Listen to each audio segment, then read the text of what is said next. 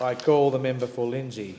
Thank you, Deputy Speaker, and I would like to congratulate you to your elevation to the Speaker's panel. I've only been there for 7 months. But Deputy Speaker, it's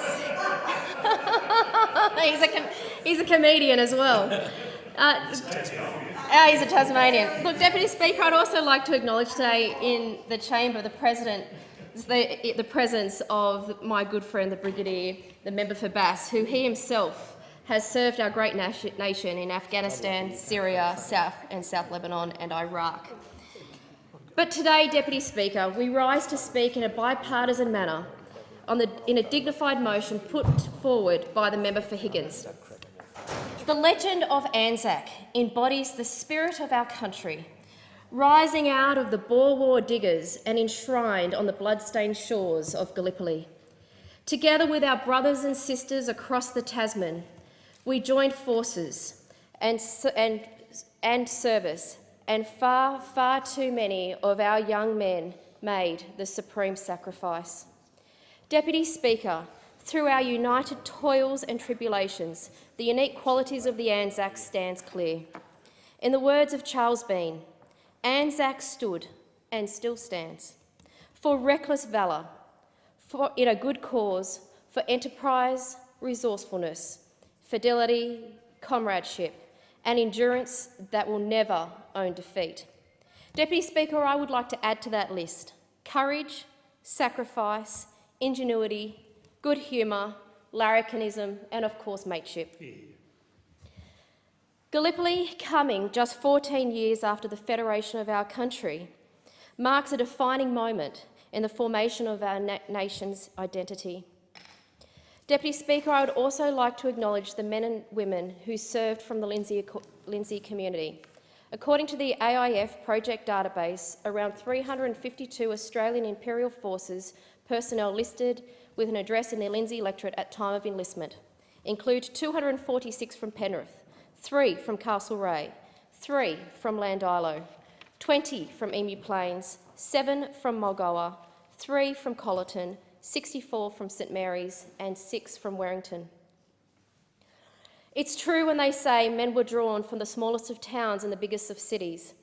And in a small town to the south of my electorate, a village called Ludnam, we saw Arthur Booth, Sid Wilmington, Jim Roots and many of their mates all go off to war.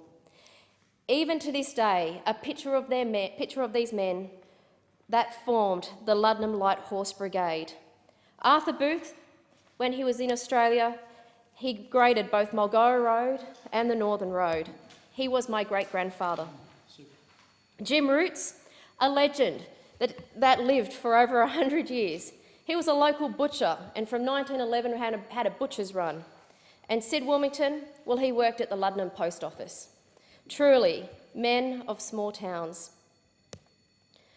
I would also like to acknowledge today the $125,000 grant that will go towards our community to acknowledge the service of so many ANZACs that actually gave their life and their time leaving from outer Western Sydney.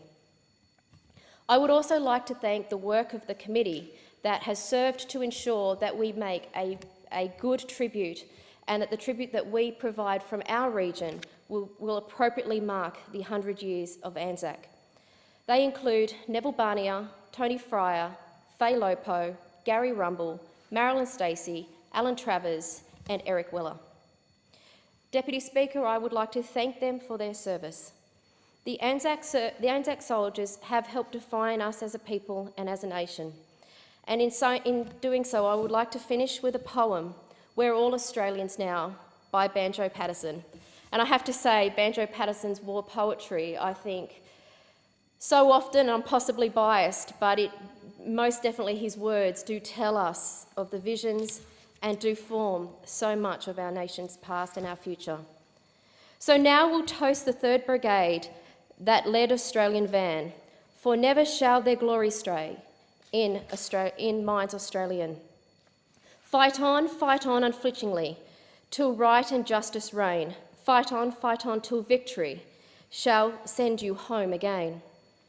And with Australia's flag shall fly a spray of wattle brow to symbolise our unity. We're all Australians now. Thank you. Thank you, honourable member. It's always good to hear Andrew Barton Banjo Patterson in the chamber.